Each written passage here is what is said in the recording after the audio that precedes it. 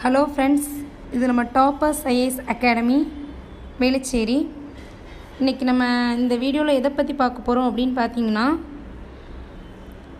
6th new புக்கில் உள்ள page number 12 ஒரு பெரிய டேபிளர் காலம் கொடுத்துருப்பாங்க.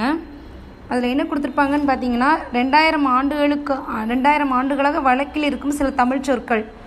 அந்த இதுக்கு 2000 வருஷத்துக்கு முன்னாலே இந்தந்த சொற்கள்லாம் இந்தந்த நூல்களில் இடம்பெற்றிருந்தது அப்படின்னு சொல்லி கொடுத்துருக்காங்க. டோட்டலாக ஒரு 20 வேர்ட்ஸ் கொடுத்துருக்காங்க. அதை நம்ம எப்படி ஈஸியாக ஞாபகத்தில் வச்சுக்கலான்னு பார்க்கலாம். ஏன்னா இது டிஎன்பிசி எழுதுகிறவங்களுக்கும் யூஸ் ஆகும், டெட் எக்ஸாம் ப்ரிப்பேர் பண்ணுறவங்களுக்கும் புது தமிழ் புக்குங்கனால யூஸ் ஆகும். அதனால் அதை எப்படி ஞாபகம் வச்சுக்கலாங்கிறத ஒன் பை ஒன்னாக பார்க்கலாம். ஃபஸ்ட்டு வேர்டு என்ன கொடுத்துருக்காங்கன்னா, வேளாண்மைன்னு கொடுத்துருக்காங்க. வேளாண்மை அப்படிங்கிறத நம்ம எப்படி ஞாபகம் வச்சுக்கலாம்னா, ஆக்சுவலாக வந்து கலித்தொகை திருக்குறள்னு இருக்குது. கலித்தொகை திருக்குறள்னு இருந்தால் அதாவது ஆக்சுவலாக வந்து தமிழுக்கு கதின்னு 2 நூல்கள் இருக்குது. கதி இங்கே க for Kambaramayanam, the for Thirukkural. இந்த ரெண்டுமே தமிழுக்கு கதி, அந்த வேர்டுலேருந்து எடுத்துடலாம். இதுவும் அதே மாதிரி தான் வருது, கதி அப்படின்னு வருது. அப்போது கேப்னா கலித்தொகை, தீனா திருக்குறள், இப்படி ஞாபகம். அதாவது வேளாண்மை செய்கிறவங்க வயலே கதி அப்படின்னு இருப்பாங்க, அதனால் அந்த கதி இதுக்கு மேட்ச் பண்ணிக்கலாம். அப்புறம் உழவர் அப்படின்னா நற்றிணைக்கு அடைமொழி எப்போவுமே நல் நற்றிணை. ஸோ அதனால் வந்து நல் நற்றிணைன்னு இருக்கனால நல்ங்கிறத எப்போவுமே நெல் ஞாபகம். அப்போ உழவர்கள் வந்து எப்போவுமே நெல் விளைவு செய்வாங்க, அதனால் நெல் அப்படின்னு ஞாபகம். அடுத்து பாம்புங்க வேர்டு இருக்குது, தேர்டு வேர்டு. இந்த பாம்புங்க வேர்டு குறுந்தொகையில் இடம்பெற்றிருக்கு 2000 ஆண்டுகளுக்கு முன்னால். அதை எப்படி ஞாபகம்? ஆக்சுவலாக வந்து பாம்போட மூமெண்ட் எப்படி இருக்குன்னா, நேராகவே போகாது, அப்படி குறுக்க தான் போகும், அதனால் குறுந்தொகைன்னு ஞாபகம். வெள்ளம் அப்படின்னா, வெள்ளம்னா தெரியும், எல்லாரும் கேள்விப்பட்ட வேர்டு. வெள்ளம் வரும்போது நமக்கு வந்து உதவிக்கரங்கள் 10 பேருக்கு மேலே உதவி செய்வாங்கங்கிறத ஞாபகம். வெள்ளத்தில் நிறைய பேர் உதவி செய்வாங்க, அதனால் 10 எப்போவுமே 10 ஞாபகம் படிங்க, ஈஸியாக இருக்கும். அதே மாதிரி முதலையும் நீரில் குறுக்க தாங்க இருக்கும், அதனால் முதலை குறுந்தொகை. கோடை அப்படின்னு வரும்போது அதை எப்படி ஞாபகம்? அகநானூறு. இப்போது கோடைனா ரொம்ப வெயில் காலம். நம்ம வெயில் காலம் நம்ம எங்கேயாவது கிளம்பும்போது டக்குன்னு என்ன யோசிப்போம்? ஐயோ வெயில் அதிகமாக இருக்குமே, எப்படி அந்த எண்ணம் தான் நம்ம அகம்னா உள்ளம். கோடைன்னு சொன்ன உடனே நமக்கு உள்ளத்தில் தோன்ற வேர்டு அகம்னா உள்ளம். ரொம்ப வெயிலாக இருக்கும்னு யோசிப்போம், அதனால் வந்து அகநானூறுன்னு ஞாபகம். அகநானூறு எப்போவுமே அகம்னு ஞாபகம் படிங்க, இன்னும் நல்லாவே ஞாபகமாக இருக்கும், ஈஸியாகவும் இருக்கும். உலகம் அப்படின்னா என்னென்னு பாருங்கள். உலகத்தில் வந்து ஃபஸ்ட்டு உலகம்ங்க வேர்டு வந்து தொல்காப்பியம், கிளவியாக்கம்னு கொடுத்துருக்காங்க. அப்புறம் திருமுருகாற்றுப்படைன்னு கொடுத்துருக்காங்க. வேறு ஒன்றும் இல்லை, தொல்காப்பியத்தில் வந்து இப்போது தொல்காப்பியம் வர்ற இடத்துலலாம் வந்து கிளவியாக்கம், அகத்திணை, கிளவியாக்கம் அந்த மாதிரி ஏதோ ஒன்று வருதுன்னா, ஒவ்வொரு தொல்காப்பியத்தில் வந்து மொத்தம் 27 பகுதி இருக்குது. 3 பகுதி, ஒவ்வொரு பகுதியும் வந்து 9 3 இயல் இருக்குது. ஒவ்வொரு இயல்லையும் 9 பகுதி இருக்குது. அப்போது 3 × 9 27 பகுதி இருக்குது. அதில் தான் கொடுத்துருக்காங்க. கிளவியாக்கம்ங்கிறது தொல்காப்பியத்தில் ஒரு பகுதி தான். அந்த மாதிரி தொல்காப்பியம் கூட வர்றதெல்லாம் அதில் உள்ள ஒரு பகுதி தான், ஓகேவா? உள்ள ஒரு இப்போ உலகம்னா தொல்காப்பியம், கிளவியாக்கம், திருமுருகாற்றுப்படை, இதை ஞாபகம் வச்சுக்கோங்க.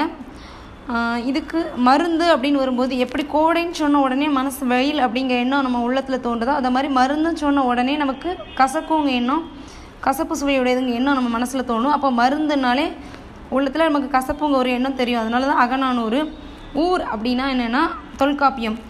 ஊருக்குனா எப்படின்னா, இப்போ ஒரு ஊர்லேருந்து, இப்போ நம்ம ரிலேஷன் வீட்டுக்கு ஒரு ஊர்லேருந்து ஒரு ஊருக்கு போகிறோம் அப்படின்னா, ஃபஸ்ட்டு அங்கே போனோடனே தொல்காப்பியத்தை தொன்மையானதும் ஞாபகம் வச்சு படிக்கலாம், காப்பின்னு ஞாபகம் வச்சு படிக்கலாம். இப்போ ஒரு ஊருக்கு போனால் ஃபஸ்ட்டு என்ன காப்பி தருவாங்க, அதனால் ஊர்னா தொல்காப்பியம், அகத்திணை, ஓகேவா? அடுத்து அன்பு அப்படின்னா, அன்பு எப்போவுமே காஃபி மாதிரி இனிக்கக்கூடியது, அதை யாராலும் களவு பண்ண முடியாது, உண்மையான அன்பு, அதனால் அன்பு தொல்காப்பியம், களவியல். அப்புறம் உயிர் அப்படின்னு வரும்போது தொல்காப்பியம், கிளவியாக்கம்னு இருக்கா. கிளவின்னு வரும்போது வயது முதிர்ந்தவங்கள சொல்லக்கூடிய வேர்டு கிளவின்னு சொல்லுவோம். அப்போது அவங்க எப்போவுமே லாஸ்ட் ஃபைனல் டச் உயிர் இருக்கிற வரைக்கும் என்ன காப்பி அந்த மாதிரியே லைக் பண்ணுவாங்க, அதனால் தொல்காப்பியம். உயிர்னா கிளவியாக்கம், தொல்காப்பியம் அப்படின்னு ஞாபகம்.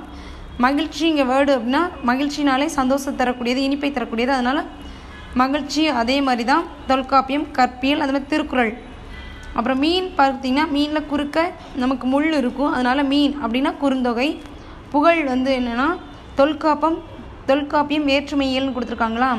தொல்காப்பியம் வேற்றுமையியல்னால், அதாவது நம்ம கூட இருக்க ஃப்ரெண்ட்ஸ் நம்மளை புகழ்கிறத விட நம்ம கூட பேசாமல் அண்மையில் இருக்கக்கூடிய வேற்று நபர் ஒருத்தவங்க புகழ்ந்தாங்கன்னா அது நமக்கு எப்போவுமே இனிக்க தித்திப்பாக இருக்கும். அப்போது புகழ் அப்படின்னா தொல்காப்பியம் வேற்றுமையியல். அடுத்து பார்த்திங்கன்னா அரசு, எல்லா அரசு பேருந்துகள்லையுமே திருக்குறள் இடம்பெற்றிருக்கு. அப்போ அரசுனாலே திருக்குறள் தான். செய் அப்படின்னா என்னது? வயல். நம்ம ஏற்கனவே தமிழில் படிச்சிருக்கோம். செய்னா வயல், வயல்னா குறுக்க வரப்பு இருக்கும், வரப்பு அதிகமாக இருக்கும், அதனால செய்னா குறுந்தொகை வயல்னா. செல் அப்படின்னா என்னென்னா, இன்றைக்கி காலையில் எல்லோரும் செல் காஃபி குடிக்கிறாங்களோ இல்லையோ அதுக்கு முன்னால் செல்லை தான் எடுக்கிறாங்க. அப்போ செல் இங்கே வேர்டு வந்தாலே தொல்காப்பியம் புறத்திணையல். பார் அப்படின்னு இருக்குது. எதையுமே நம்ம பெருசாக பார்க்கணும், அதான் பெரும்பாலாற்றுப்படை.